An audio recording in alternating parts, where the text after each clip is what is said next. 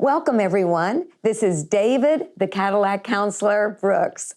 And David, I'm so honored that you're here. And I've been processing whether it's criminality, whether it is incarceration, that the statistics are much higher for those that do not have a father in the home or the lack of a father's involvement in their life. So as a criminologist and as a counselor, what would you say about fatherhood?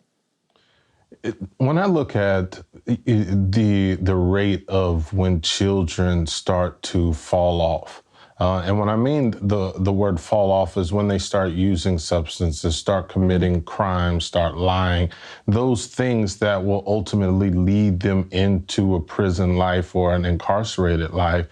Most of them start between the ages of 12, 13, and 14. That's majority male, female, regardless, in my experience of what I've seen. But whenever you look at what a father means, a father that is intact, that is in the home, that is being present emotionally, physically, and spiritually, what I've noticed is that those children are not as likely. When you look at the statistic, when a child doesn't have a father at all, it's like 20% higher that they are going to be there, but in an incarcerated place. But when you look at just divorce, separation, just any way that a father is nowhere in the picture, but even if they come back and forth, you still see the percentage move up to around 30%. And so whenever you are in this field and you're always counseling people trying to work on their maladaptive behavior, you notice that those behaviors were adopted because they didn't have a father to then create a better belief system. And so I think that's the main key, is that fathers really are the core sense of belief system. Just like even God is to some people, God is that father figure. But whenever we have that missing element of an earthly father, sometimes it makes it hard to see the godly father. But you know, just in looking at statistics, a father plays a significant role in figuring out which direction a child will go. So what are you doing practically to help motivate fathers to be involved in their children's lives? You know, I started a march it's called the Jericho Silent Men March. And with that, I'm able to look at what are the issues that a father is having. A lot of times fathers they feel like they're on an island all by themselves. They go to work, they come back home, and they're just trying to manage. And some fathers, they want to be fathers, but they don't know how. They have no examples. They're doing it the best that they can. They look at someone and this is what a father does, but a lot of times they try it, but they don't know how to keep going. And so then they lose heart and then they stop.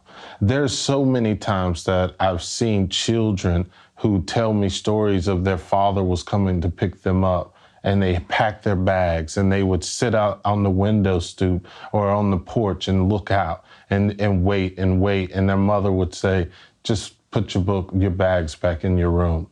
And that's a feeling that hurts for me. And so with that Men's March, we want to look at not just systemic issues, but we want to look at what can we do. And on October 24th, we're going to come together as men in the Baker Park in Frederick, Maryland, and we're going to look at what are some issues. We're going to help them get mentorship. We're going to help them find a place that they can give back or take their child to, that they can be that father with other men helping them.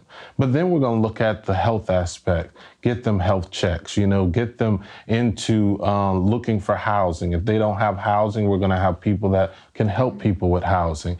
We're military, if they want to do recruiting and they want to change their life for a second and go and serve their country, we're going to have that available. And then employment. If somebody doesn't have a job, we're going to help them with resources, temporary or permanent, trying to get businesses to come and interview people on the spot.